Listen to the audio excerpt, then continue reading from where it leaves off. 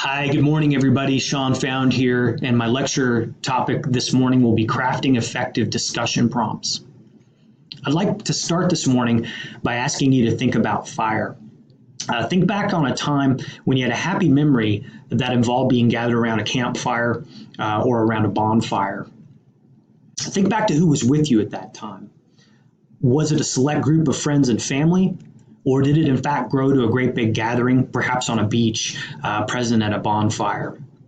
I'd like you to think for a moment about the human activities that happened there, about the interactions between those gathered. What did you do? Perhaps you roasted marshmallows. Maybe guitars eventually found their way onto the scene and you had a jam session, and maybe even a little bit of sing-along fun. Whatever the case may be, recall for a moment the human synergy that went on during that setting, all because of a fire that you were gathered around. Now think for a moment about that fire. How did that fire come into being? Did it just randomly appear? Was it made by accident? Or most likely, was it created by you or somebody there by way of a process? Probably by a process that works something like this. First, tinder and kindling were gathered and arranged. Secondly, the tinder was ignited either by a match or by a lighter, or old school by a flint. Then the tinder was grew enough in flame and heat to ignite the kindling.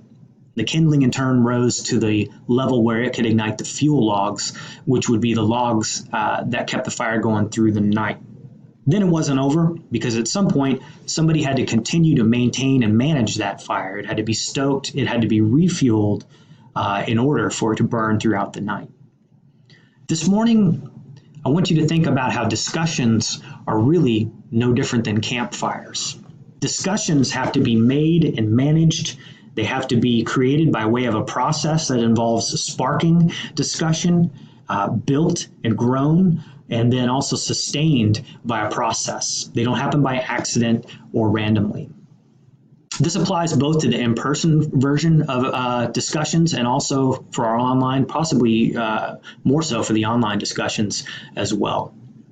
A helpful analogy for us, a visual this morning for us to think about and get in our minds then, is how the different parts of discussion questions and prompts correspond to the components of a healthy fire. Kind of like tinder, kindling, and fuel logs, questions that are leveraged at the right time in the right place in a discussion can grow and maintain the fires of discussion.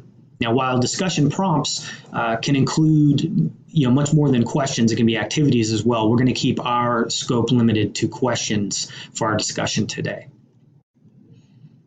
Therefore, our learning outcomes are really twofold for us this morning. The first is from our perspective as educators. We want to be able to operate quite comfortably within those lower three tiers of Bloom's cognitive domain in his taxonomy.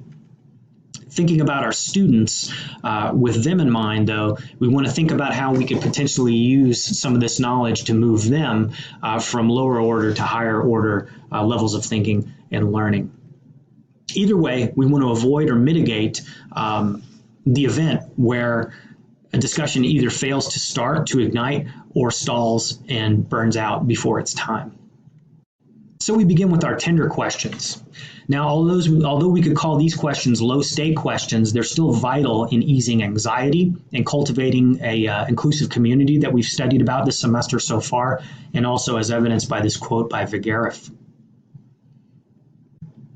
Although these discussion questions aren't even really on the spectrum of Bloom's taxonomy at this point, they do serve a lot of vital purposes for us, and we don't want to underestimate that. They serve as a warm-up for our students' minds, which means that they're able to initiate activation of prior knowledge and recall. And they also really give the instructor as well a chance to assess that on the fly and see where the students are at. And so just like our campfire sequence, the tinder questions are then going to ignite our kindling questions. And this is where the fire of discussion really starts to build at this point. And so this brings us to our first active learning activity. And what I'd like for us to do for this activity is to craft 3 specific questions that speak to each one of the 3 foundational levels of Bloom's cognitive domain of his taxonomy. So a question crafted that would help students recall knowledge, one that would help them demonstrate comprehension, and one that would help them identify application. Let's go ahead and take a minute to do that.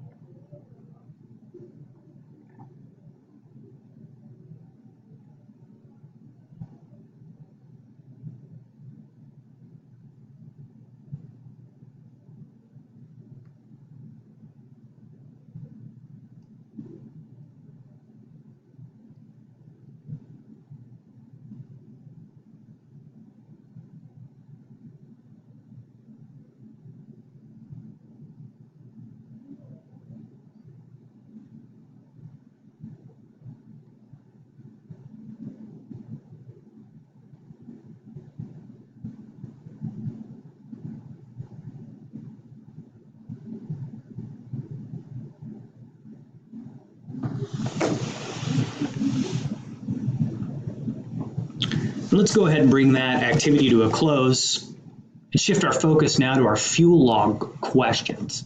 Now, the purpose of the fuel log question for us is going to be different than our tender and kindling questions. This is where we're going to sustain our discussion, and we're going to do that by pushing our students to dig deeper and to begin to elicit critical thinking.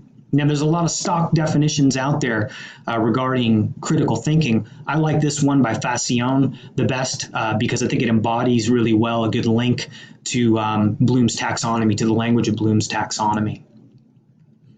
Now, fuel log discussion questions need to move our students to the 3 highest tiers of higher order thinking within the cognitive domain. These need to be questions that are Socratic in structure and in nature.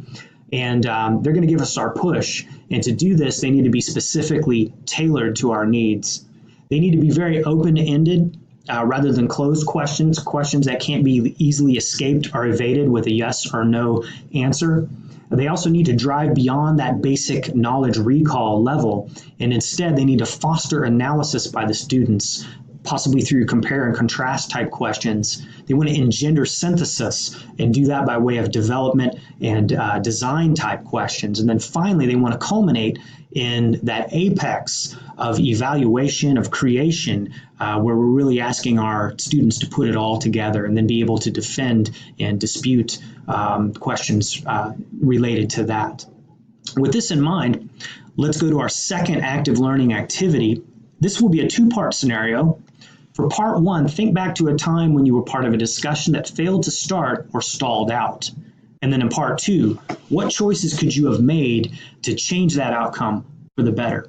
And again, we'll go ahead and have 60 seconds for this activity.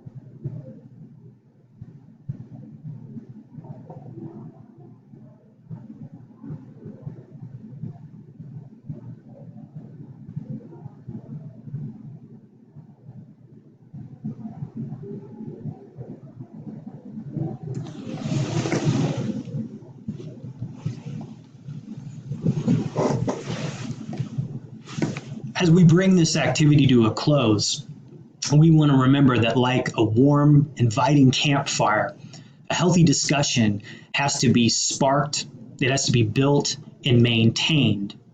Prompting questions provide the tender, the kindling, and the fuel logs that ensure that this happens, that discussions endure, and that they remain active.